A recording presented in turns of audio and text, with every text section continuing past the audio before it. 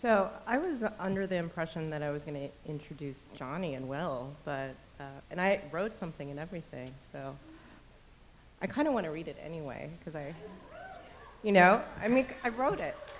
This would be like an afterword, you know. So. But Will, I feel like I have to rephrase what I said, what I've written after that fly poem. I don't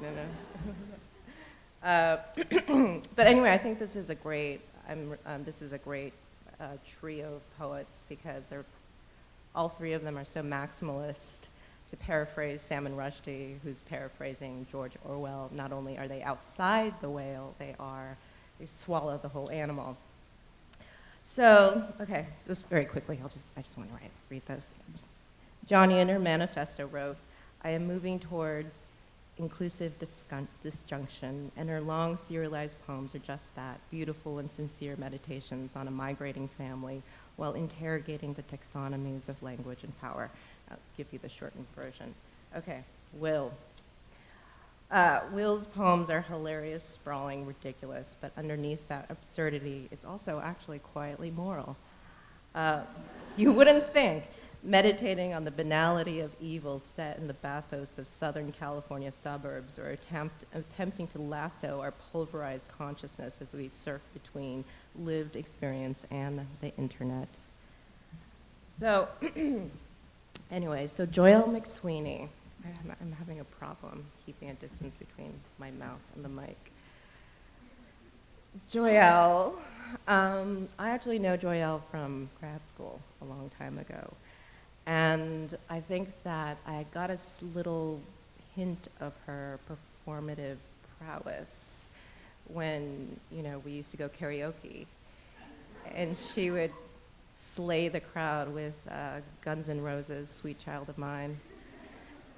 But, so you guys are in for a treat. To quote Spinal Tap, Joyelle's poetry is set at volume 11.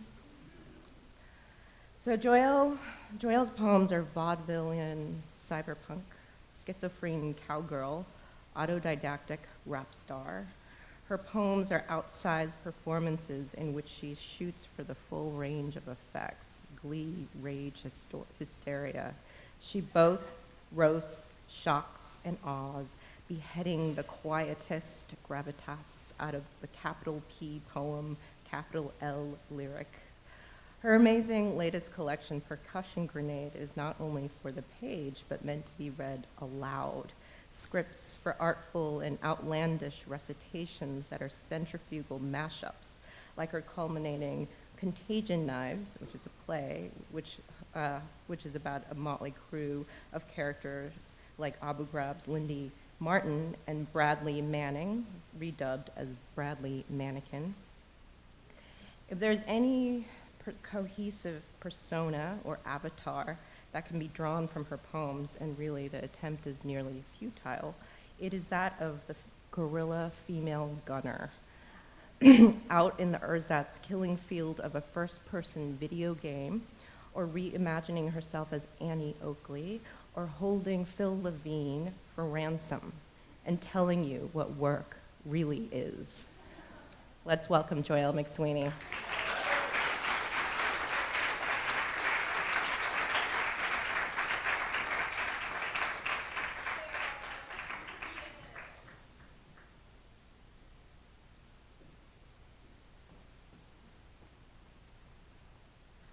Where do we go? Where do we go now? All right, that's all you'll get of that. So, okay, I'm thrilled to be here. This is such a fun party. Thank you for inviting me to your poetry party. I want more, and thank God there is more to come. I'm really loud, so I'll try to be good about it.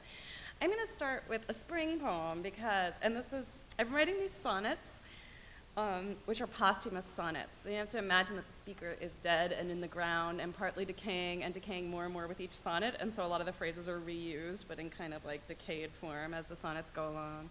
And the first one is called the Terminator Sonnet, and the next one is the Detonator Sonnet. And the idea is that spring needs a detonator. It needs to arrive, so I wanted to write like a magic poem that would provide the detonator for spring to arrive. So these are 2 sonnets in a row. The first one is the terminator, the next one's the detonator. Oh wait, I need this.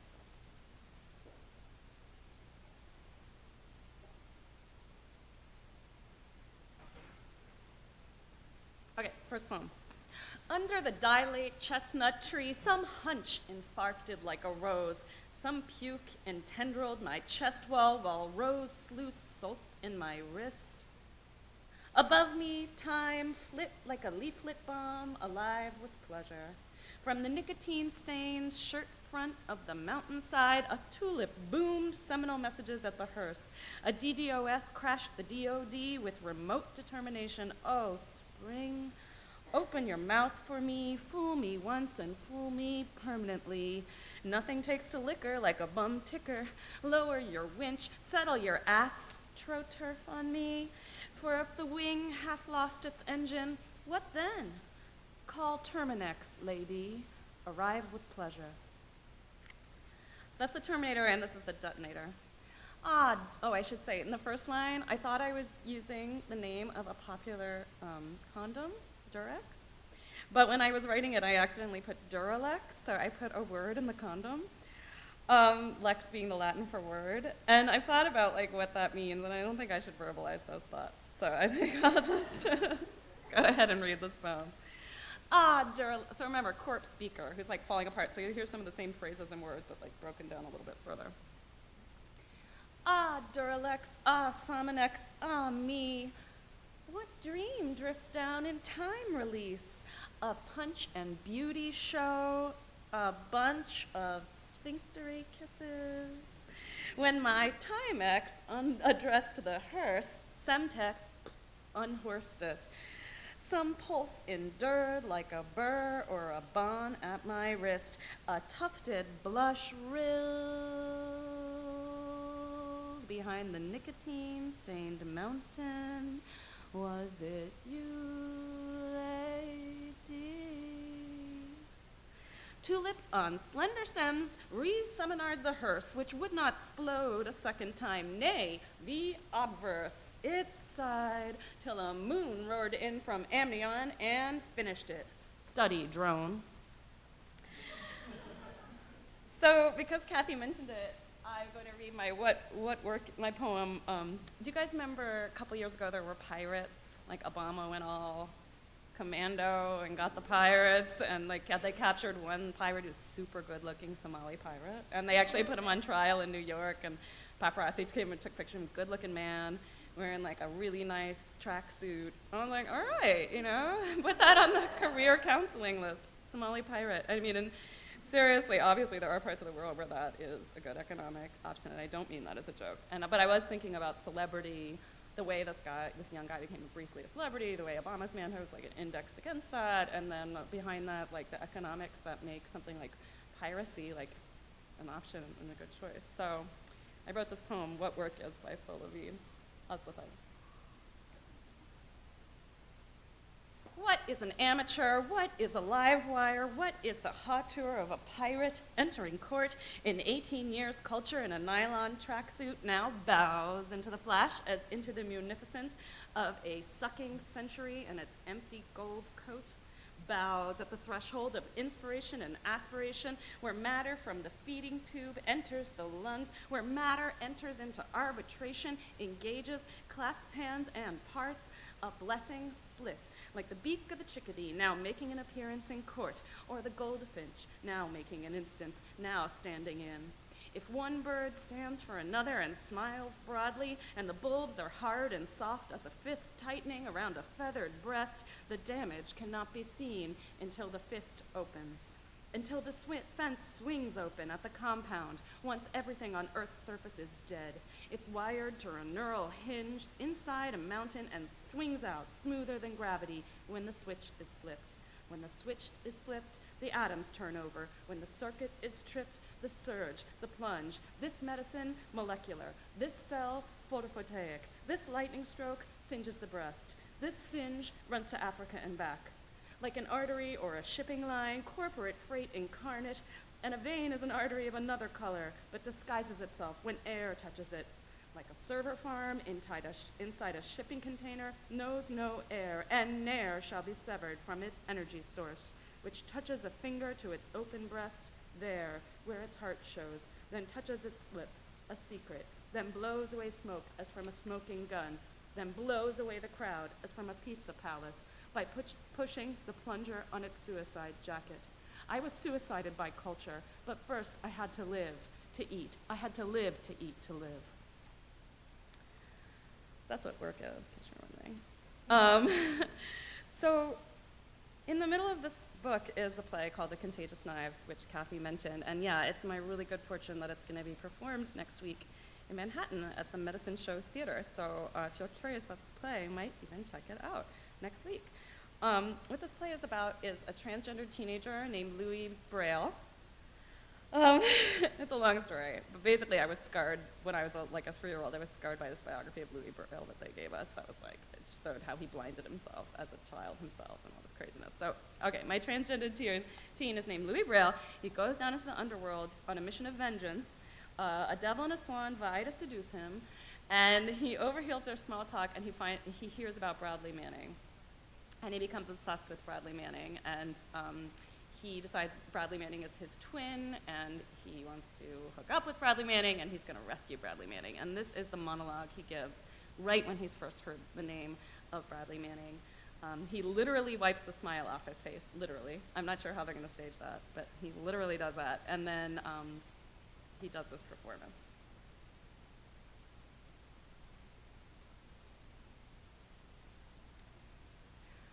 Bradley Manning, my hippitus double, my hiccuping download, my credit card debt, my event, my embedded chip, my embedded reporter with his lens split wide, and now his legs, and now his lip. Erotically, heroically, scatologically similar, that is like this, a likeness. The boy next door, except. Would that we were Siamese twins and could return to old Siam for a verdant romp and a ride in the rickshaw. I'll stitch myself to your chest. You play the rich Chinese lover. I'll play the ingenue in her cabaret shoes in French. I'll play the hand-me-down vamp. Cover my knuckles with rings like eyes, fat diamonds, coal, and I'll give you 1,000 kisses and a smack on the cheek and in the eye, a power vamp. Amp to the chest, defibrillate, resuscitate, advance, zombie music, lub-dub.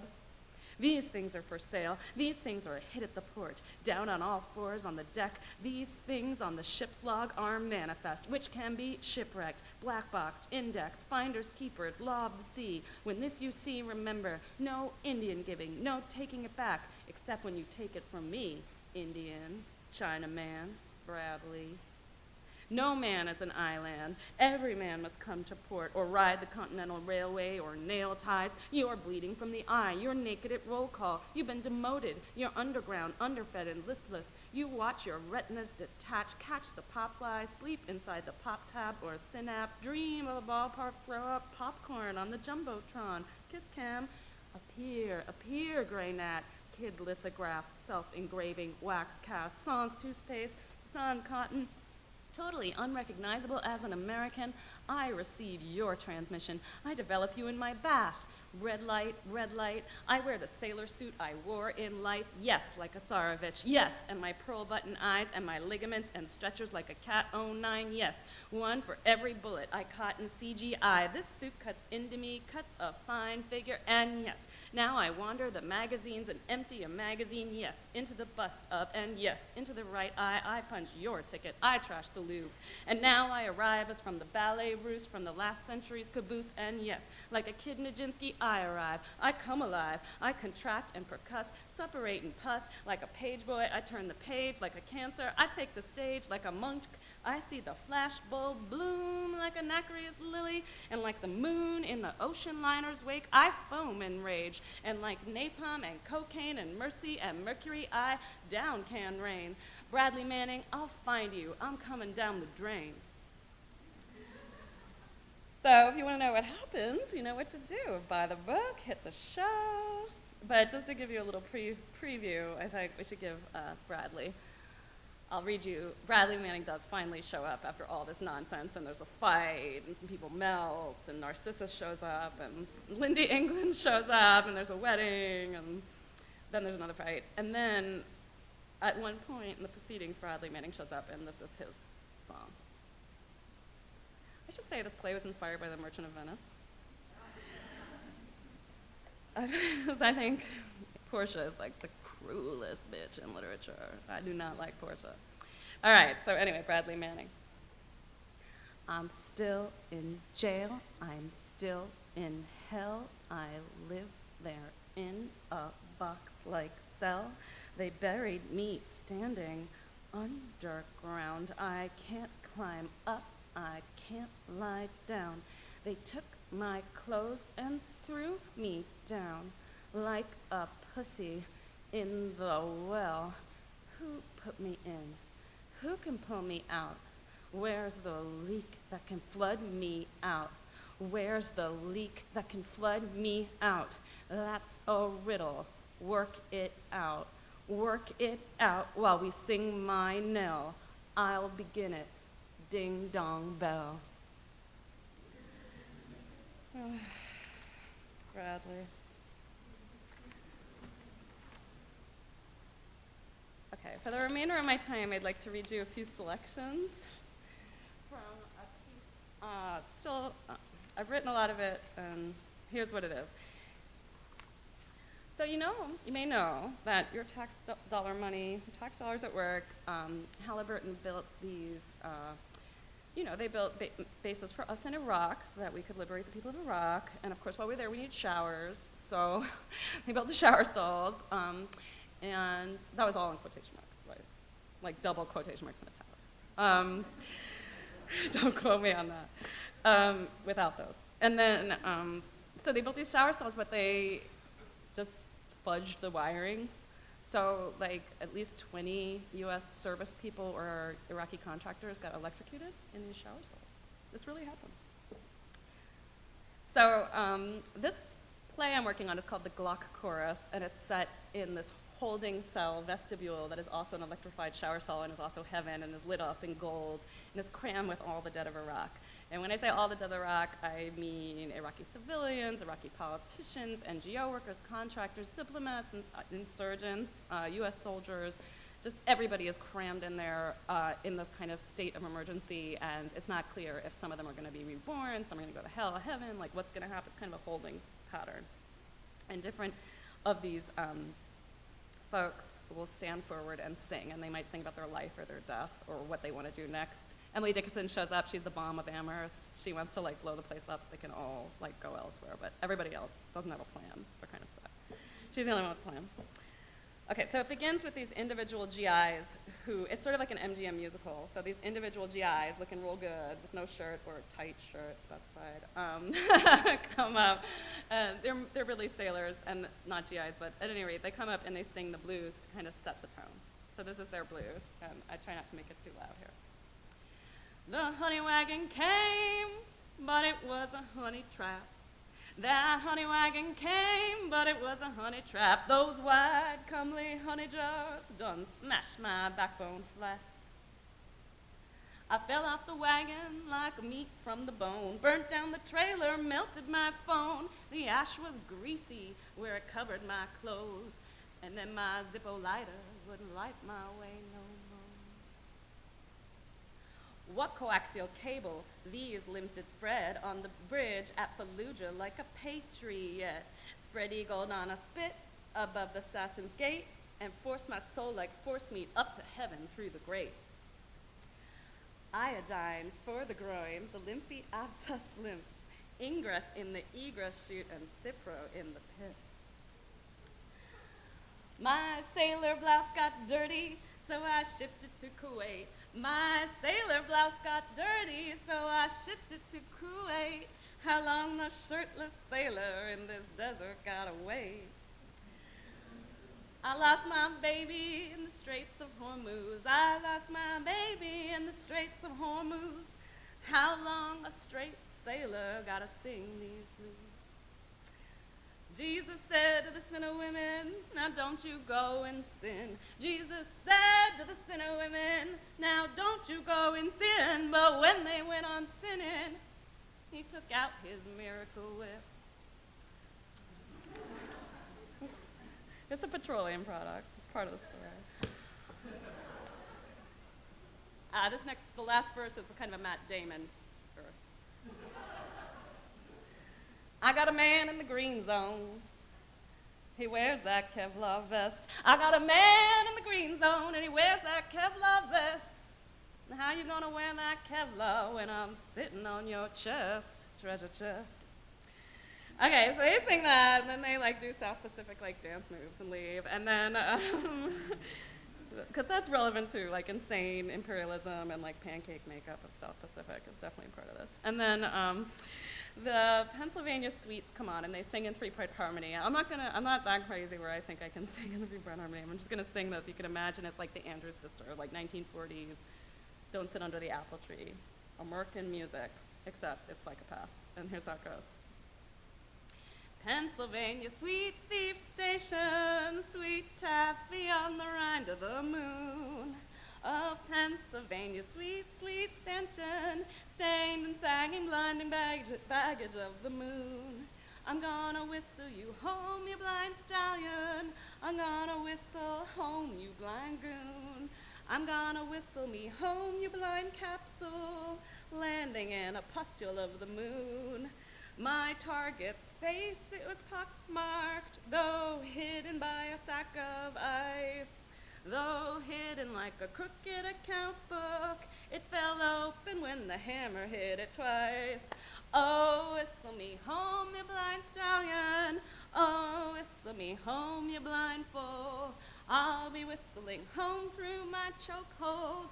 Oh, throat hole, won't you whistle me home? So some of the details are actually taken from research and stuff. That stuff about sending their laundry, like the green zone where the US diplomats and people that were like just out of Princeton that went over there to like rebuild Iraq were like working, they would send their laundry, they would pay these contractors all this money to do things like send their laundry to Kuwait, so it would come back clean and like some crazy shit. And another thing that happened was these contractors, I mean, I'm sorry if someone's mom's a contractor, but I hope Sarah Lawrence used that money right. So anyway, these contractors, another thing they did is they were just like extermination crazy. So they went through the green zone killing all the pet cats. And these were like Iraqi cats that like Americans had adopted and kind of fallen for and wanted to repatriate. Because look, the whole thing's fucking crazy from top to bottom. But anyway, so one of the things they did was like show up one day when everybody was like working hard, liberating Iraq, and kill all the cats. That actually happened.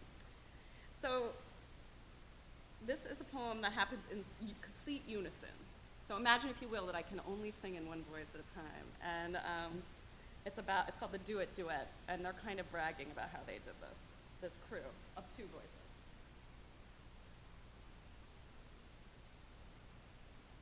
Here it goes. Smart as Sophia, thick as a dome, thick as gold Byzantium, 2 chromosomes as thick as thieves, adrift in liquor like a pair of leaves, thick as flies at the old folks' home, thick as commanders in the court squadron. Rap, rap, no cats in the dome. We're high rats, we find them all. Ferret out the milky dishes where they fed those cats. They spent their liquid wages on the paperwork, on vaccinations to repatriate the cats, on kitty tranquilizers to cart them back. What like outrageous microwavists? We got there first. Well, all the moms and daddies were still at work. We lit up all the trailers like July the 4th. We dragged out all the kitties for a kitty circ with a mouthful of snuff and a plug in its ass. How each cat did jump when we made it dance. Did the dead cat bounce on his very last legs like a dirty politician on his last campaign? Spun in all directions like a weather vane. Pussy, turn to the east side, turn to the west. Lurch to the creator, now lurch to the beast. Pantomime the crater now, pantomime the blast now. Shake it for the one that you love best.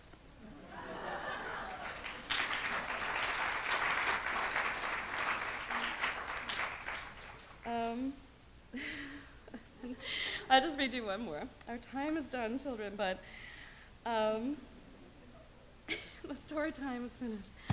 But this one is just the last one, and it's good that I'm reading it last. It's an end of the world poem. Imagine, if you will, that the world ends.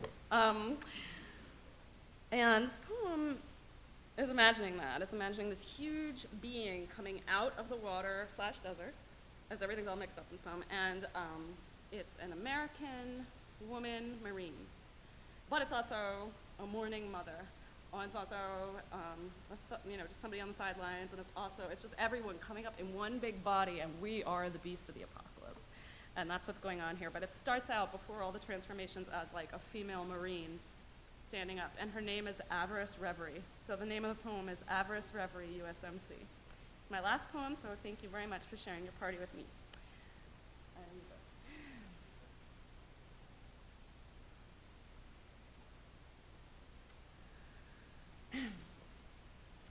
Reverie, reverie, and the last Marine was Averine. When the last Marine climbed from the scene, her flanks were gilt with Averine. Her checks were cut with Averine. Her cheeks were cut with Averine. Her irises were rhymy and they went woo woo. The closed eye of the camera went woo woo. The brain's black Camaro went woo woo. Tossed off its pearly lining like a two-piece suit. Eyes turned white as a consulting room. An owl's eye ate up all the marrow of the room. And then the last Marine climbed out of me. Her locks were cleaved with Averine. Her locks were struck with Averine. Her teeth were thick with Averine. I'll break the doors from their hinges. I'll break the very hinges from the doors. The corny twang and neural niches of the girl who went on swinging as she swore. Oh, Averine, how I wish for gold. Oh, Averine, how I wish to hold in the cauldron of my human hand a goblet from your treasure hoard, like spit in the tress or the trees on the dress. Oh, Treasurine, how I list for thee. Oh, Treasurine, how I list for thee, and pour my cargo to the sea, and pour my cargo into thee. Treasurine, here's a hip for thee, and Treasurine, here's a lip for thee. Treasurine, a hair lip for thee. Treasurine, a hip flask for thee. Treasurine, here's flack for thee. Treasurine in the gut of thee. The boot is a clump, and it goes clump, clump. The wrist is a gauntlet. It clutches the gut in the gut of the woods. I humped my clump in the gut of the woods. My hump came up in the gulch of the gut. I whooped my whelp, clutching its gut. I docked its tail, I docked its pay. I read this tale. The big metal bird went whoop, whoop, whoop. With my blood it was wet as it went up, up. A girl in the tread and a girl on the blade, a girl in night vision and a girl at night raid. To fill a great night sternum with your enfilade, to fill a great night sternum with your escalade, till she wears her martyr's dressing like a coach wears Gatorade. That's it.